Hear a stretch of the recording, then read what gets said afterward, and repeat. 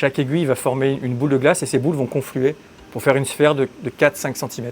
C'est-à-dire on va encercler le nodule. Et l'intérêt aussi, c'est qu'on va préserver au maximum le rein du patient. C'est-à-dire qu'on va éviter de lui enlever un gros morceau. On va enlever juste ce qu'il faut.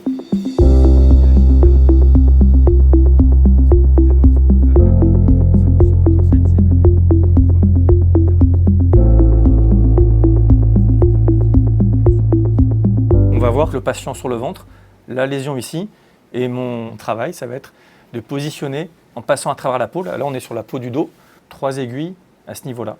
C'est-à-dire on va encercler le nodule. Chaque aiguille va former une boule de glace et ces boules vont confluer pour faire une sphère de 4-5 cm.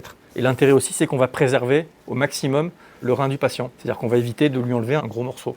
On va enlever juste ce qu'il faut. Le générateur de cryothérapie. Okay. Donc là, on va préparer les aiguilles de cryothérapie. On va tester les aiguilles parce que, bien évidemment, il faut que l'aiguille fonctionne si on la positionne à l'intérieur du patient. Donc on va les connecter au générateur et ensuite on va les tester dans le bac. On immerge complètement les aiguilles, on vérifie qu'il n'y ait pas de fuite.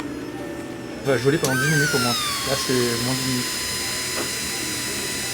Le chaud et le froid, ça permet d'obtenir la destruction des cellules. Le principe thérapeutique du geste, c'est de geler en utilisant de l'argon. Donc c'est un gaz qui va former une sphère, une boule de glace à peu près moins 120 degrés.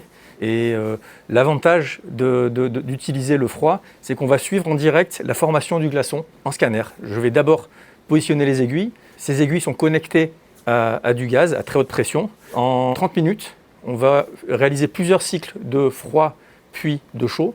Et c'est ce choc thermique qui va un petit peu dénaturer les cellules. On appelle ça une apoptose, c'est-à-dire une mort cellulaire, sur une sphère extrêmement précise. Donc ce tissu-là, effectivement, c'est un tissu détruit qui va, au fur et à mesure du temps, disparaître. On appelle ça une cicatrice.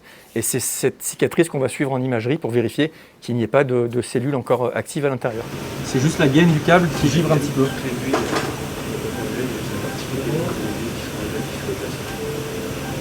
À mon sens, les avantages sont nombreux. Tout d'abord, c'est un geste qu'on fait au cours d'une très courte hospitalisation. C'est-à-dire le patient, aujourd'hui, reste une nuit et on espère bientôt le faire en ambulatoire. Ça limite de manière assez significative les complications. C'est un geste qui comporte quand même son petit lot de risques, mais en général, elles sont peu fréquentes et peu graves. Quelques douleurs au point de ponction, mais l'avantage, c'est vraiment le côté mini-invasif de la procédure avec une récupération quasi immédiate. C'est-à-dire que les patients qui sortent le lendemain n'ont pas de points, n'ont pas de pansement, peuvent retrouver une vie normale dès 24 heures ou 48 heures après le geste. Le glaçon, c'est toute la boule noire, c'est ça, cette boule.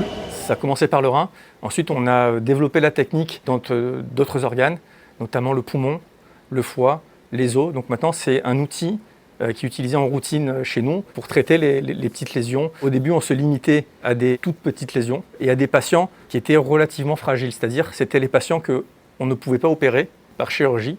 Et le grand changement qui est en train de survenir, c'est que maintenant, on prend en charge des patients qui seraient opérables, qui sont en forme, qui sont jeunes, parce qu'on a assez de recul.